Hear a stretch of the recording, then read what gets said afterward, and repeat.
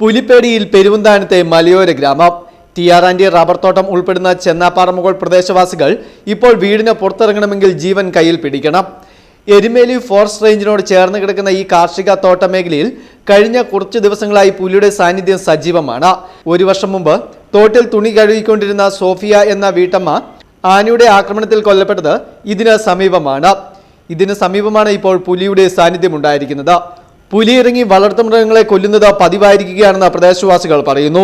കഴിഞ്ഞ ദിവസം പ്രദേശവാസിയുടെ പശുവിനെ പുലി പിടികൂടിയതോടെ നാട്ടുകാർ പ്രതിഷേധവുമായി രംഗത്തെത്തി. തുടർന്ന് വനംവകുപ്പ് ഇവിടെ നിരീക്ഷണ ക്യാമറ സ്ഥാപിച്ചു. ഈ ക്യാമറയിൽ പുലി ഒരു കേഴമാനിനെ വേട്ടയാടുന്ന ദൃശ്യങ്ങൾ വ്യക്തമായി പതിഞ്ഞിരുന്നുവെന്നാണ് പ്രദേശവാസികൾ പറയുന്നത്. തുടർന്ന് നടത്തിയ തെരച്ചിലിൽ 2 കിലോമീറ്റർ അകലെയായി മാനിന്റെ ജഡം കണ്ടെത്തി. എന്നാൽ പുലിയുടെ സാന്നിധ്യം സ്ഥിരീകരിച്ചിട്ടും അധികൃതർ ക്യാമറ ഇവിടെ നിന്നും മാറ്റിയത് നാട്ടുകാരെ പ്രകോപിപ്പിച്ചു. തങ്ങളുടെ സുരക്ഷയിൽ വനം വകുപ്പ് അലംഭാവം കാട്ടുന്നുവെന്നാണ് ജനങ്ങളുടെ പരാതി. കഴിഞ്ഞ ആഴ്ച നാരഞ്ചെണ്ണം അവർക്ക് പിടിക്കും. നാറുമ്പോൾ അറിയുന്നത് മാടിനെ കാണാതാകുമ്പോൾ തിരക്കുമ്പോൾ ഇതാ സംഭവം. മനുഷ്യനെ പിടിക്കാത്തത് മാടിനെ കിട്ടുന്നതുകൊണ്ടാണ്. രാവിലെ ടാപ്പിങ്ങാനും പോകുന്നു ഈ കടക്കാത്ത ഈ വിഷയത്തിന് ഒരു കാര്യം അപ്പോൾ ഇത് എന്താണ് ചെയ്യേണ്ടത്? മാടുകളെ കിട്ടുന്ന സ്ഥലങ്ങളിൽ മനുഷ്യനെ ഉപദ്രവിക്കുന്നത്.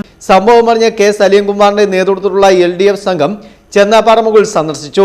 മാറ്റിയ ക്യാമറകൾ ഉടൻ പുനഃസ്ഥാപിക്കണമെന്ന് അദ്ദേഹം DFOയോട് ആവശ്യപ്പെട്ടു. നമ്മുടെ മുമ്പിലുള്ള ഒരു പ്രശ്നം നമ്മൾ അറിഞ്ഞിരിക്കേണ്ടത്, ഈ കടുവ സഞ്ചരിച്ച് കടന്നു പോകുന്ന ഒരു സമയം ഇപ്പോൾ തേക്കടി ടൈഗർ ഫോറസ്റ്റുമായി ബന്ധപ്പെട്ട് ഇതിൻ്റെ ഒരു പ്രചരണ കാലമാണ്. ആ സമയത്ത് ഇത് പാസ് ചെയ്ത് പോകുമ്പോൾ ഇങ്ങനെ വന്ന് പോകാം, എങ്ങനെ വന്ന് പോകുന്നത് ഇപ്പോൾ ആന ഇന്ന് നിൽക്കുന്ന ആന 30 കിലോമീറ്റർ അപ്പുറം കാണൂലേ എന്നതുപോലെ ഒരു പാസിങ്ങിൻ്റെ ഇടയിൽ നടന്നായിരിക്കാനാണ് ഇവരുടെ നിഗമനത്തിൽ നിൽക്കുന്നത്.